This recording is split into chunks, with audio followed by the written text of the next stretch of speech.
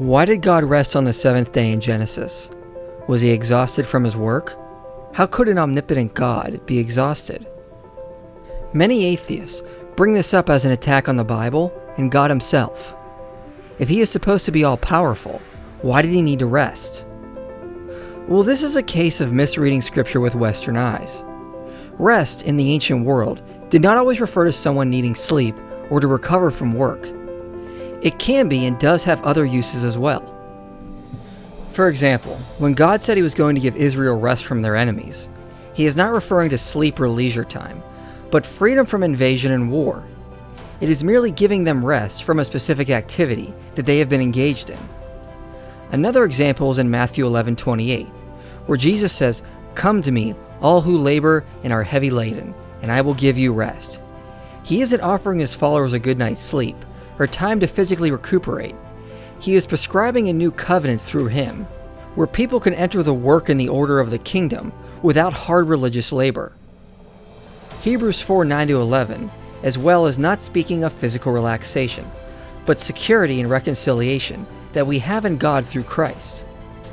So many times in Scripture, resting doesn't refer to something we do because of exhaustion, but an act of entering into a new time or place of order and stability. It is like today if a soldier said his unit's resting point was over the hill. He would be referring to the place where his unit mainly resides. Genesis is not referring to God physically relaxing, but choosing his place of residence, which is in the midst of creation he just ordered for his good. John Walton says, "We can discern that resting retains the security and stability found in equilibrium of an ordered system. When God rests on the seventh day, he is taking up his residence in the ordered system that he has brought about in the previous 6 days.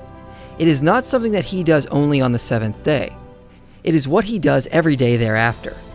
Furthermore, his rest is not just a matter of having a place of residence. He is exercising his control over this ordered system, where he intends to relate to the people whom he has placed there and for whom he has made the system function. It is his place of residence. It is a place of relationship. But beyond those, it is also a place of his rule."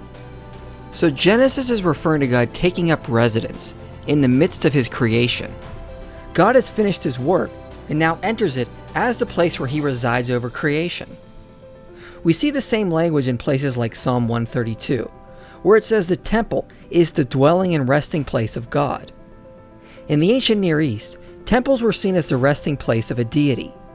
God came to dwell in the promised land among Israel, so it was his resting place, meaning where he resided. In Genesis, God is simply taking up residence in the creation he ordered and functioned, not physically relaxing.